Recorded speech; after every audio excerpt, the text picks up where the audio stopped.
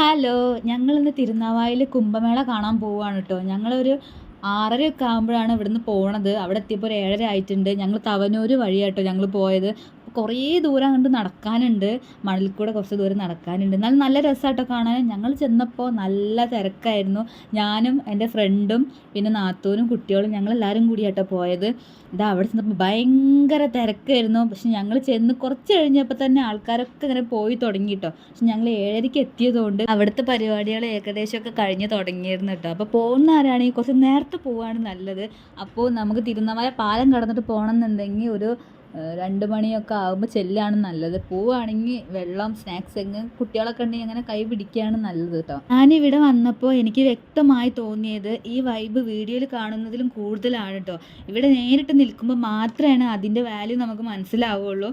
ഞാൻ പറയുന്നത് എന്താണെന്ന് വെച്ചാൽ 250 വർഷങ്ങൾക്ക് ശേഷം നടക്കുന്ന ഒന്നായതിനാൽ ഇവിടെ വന്ന് തന്നെ നിങ്ങൾ കാണണം എന്തായാലും. അവിടെ എത്തിയപ്പോൾ ഞങ്ങൾക്ക് കാണാൻ പറ്റിയിട്ടുണ്ടായിരുന്നില്ല. പിന്നെ ആൾക്കാർ ഇങ്ങനെ കുറഞ്ഞ് വന്നപ്പോഴാണ് കാണാൻ പറ്റിയത്. ഞങ്ങൾ വെള്ളത്തേക്ക് ഇറങ്ങി നിന്നിട്ടാട്ടോ ഞങ്ങൾ കണ്ടത്. അപ്പോൾ ഞാൻ എടുത്ത വീഡിയോ ഒന്ന് നിങ്ങൾ കണ്ടു നോക്കൂ.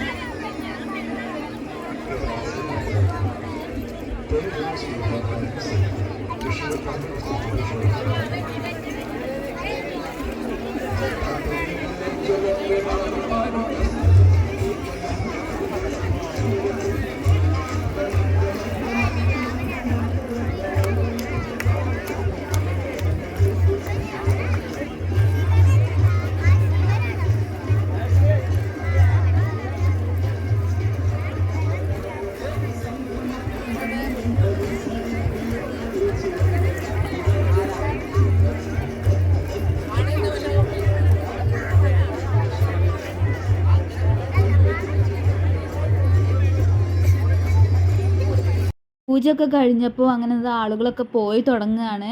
കുറേ പേരുണ്ടായിരുന്നു. ഞങ്ങൾ വെള്ളത്തിൽ കുറേ പേര് ഇറങ്ങി നിന്നിട്ടാണ് ഞങ്ങളവിടെ കണ്ടിരുന്നത്. ഇതെല്ലാവരും പോയി തുടങ്ങുകയാണ്.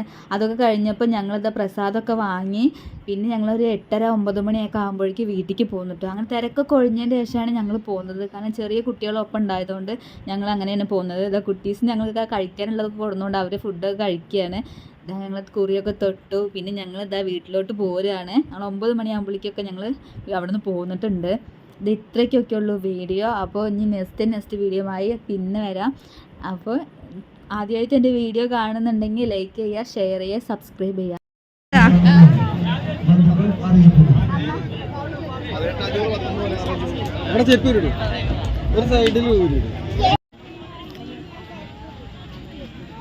ബ്രഹ്മാവിന്റെ അമ്പലം